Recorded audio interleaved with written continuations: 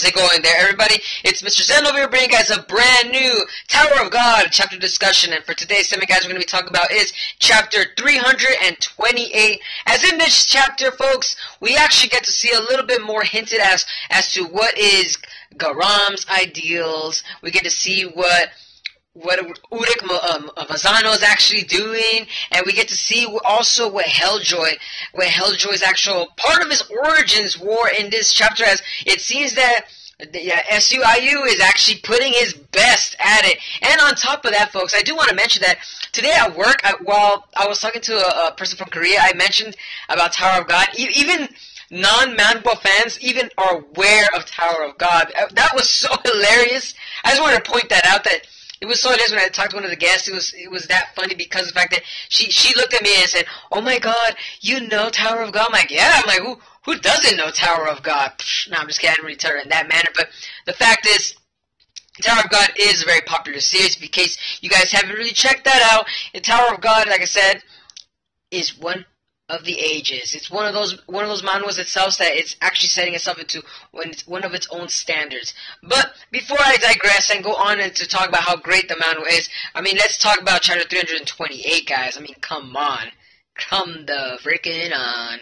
Now, like I said, I do want to talk about the chapter did start off when I believe it was Kun's team and actually also Bomb's team. They're actually in the castle cells and they're trying to find Grande Sa, and they're trying to find it, but it seems that Rachel and Kun both have figured out, or at least are hinted at the fact that why is everybody actually trying to find Grande Sa when in reality why aren't they trying to rescue him?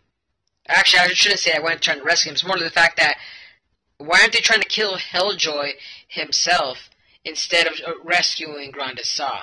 That's the part that they were kind of like figuring out, that they're mostly focusing on rescue instead of just killing Helljoy and then just getting everything over with. But instead they're actually saying, no, go rescue him first. Rescue him. Because to me, it might seem that maybe Fug wants Grande Sa on their team, or at least they want him to give, maybe he has like a powerful wish, or maybe he has a favor of some sort that he actually can give to every one of the anybody that saves him. It goes along to say that maybe Grande Sa himself might not even be this person that we're all actually looking for, and actually it might be something like maybe the Red Thorn. Maybe he has the Red Thorn on him, and that's why everybody's trying to rescue him, because to get to him, that means that you get the Red Thorn. It sucks. Remember, guys, the Red Thorn, the last Red Thorn is somewhere in this floor, the floor of death, and maybe, like I said, Grande Sa, maybe he knows the whereabouts, and yet everybody's trying to get to it. Like I said, it brings up a lot of hypotheses as to what's going on. But speaking of the Red Thorn, and let's just put that to the side, folks. Oh man. Remember, guys, back in the latest chapters, we see Yuri actually still controlled by the two of the 13-month-old series, Black March and I believe it was Green April. Now, what made it really interesting is the fact that Garam Jihad actually came in and started fighting Yuri, and in this kind of trance-like state that I personally thought was, wait a minute, whoa, we never seen Garam actually go full head-on. And of course, guys, Urik Mazano is actually head over heels over Garam, so you know for sure that this woman is no easy pushings, guys. Remember, it just seems Urik loves females that are very, very, very tough, you could kind of say. But needless to say, folks, Garam Jihad actually then takes out this actually interesting artifact, the Bell of Dawn. And that in itself, when she's explaining to Yuri, or this person that's actually manifested in Yuri, thanks to actually activating the 13-month-old series, she puts on this cloth, and this cloth actually helps the person actually get rid of that spirit that's actually controlling Yuri herself. That I thought to myself, that's actually pretty interesting, because this Deus Ex Machina event that was never mentioned throughout the whole entire chapters, all of a sudden is now mentioned. Jesus H. Christ, like I said, SUI, sometimes I respected you, but no, I'm joking. I still respect you, though. I get you. They just needed to do that because he needed some way to quell Yuri's actions itself. But the thing that kind of made me interested is the fact that Garam knows all these tricks and maneuvers, because she knows. Remember, guys, she knows all the underlying tactics that that Zahard himself actually laid out the laws, and it seems that the spirit is out to actually kill all the princesses in order for them to not actually gain all the 13-month-old series. It's a fail-proof system for the princess to never get all the 13-month-old series. So that makes sense, and it makes Zahad actually the king itself, because they're all fighting. Then of course he's like, okay, you know what? They're all fighting. Might as well just take my seat back on the throne and just do my own thing, you know? Yeah, just like those goddamn rednecks down there getting their sons right there. No, I'm joking, but I'm just laughing at the fact that I feel like I would laugh if Zahad actually had like a redneck accent. That would be personally really funny, due to the fact that he's like the king of the tower. Because I've noticed that most of the strong characters have like a very quirky personality. I mean, come on. Look at Helljoy. Helljoy loves TV.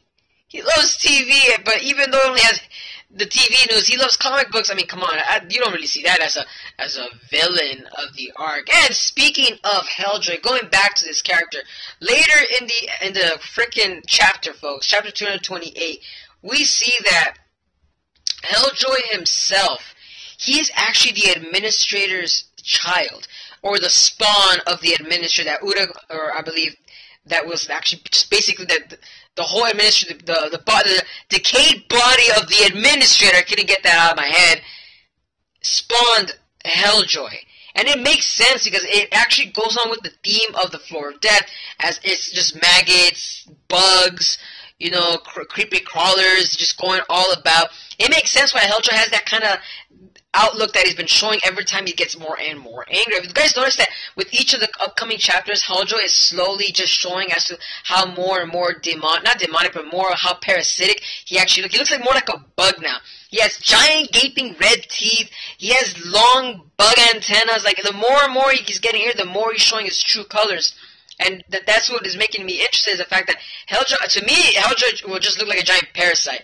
That's in my honest opinion. He's gonna look like a giant parasite that just wants to munch on everything. And I personally would love if Helljoy actually joins Bond's team, due to the fact that Bond is the savior. And Bond in this chapter is able to kill every single one of the people in there, so that way it will make Joe a formidable opponent for him.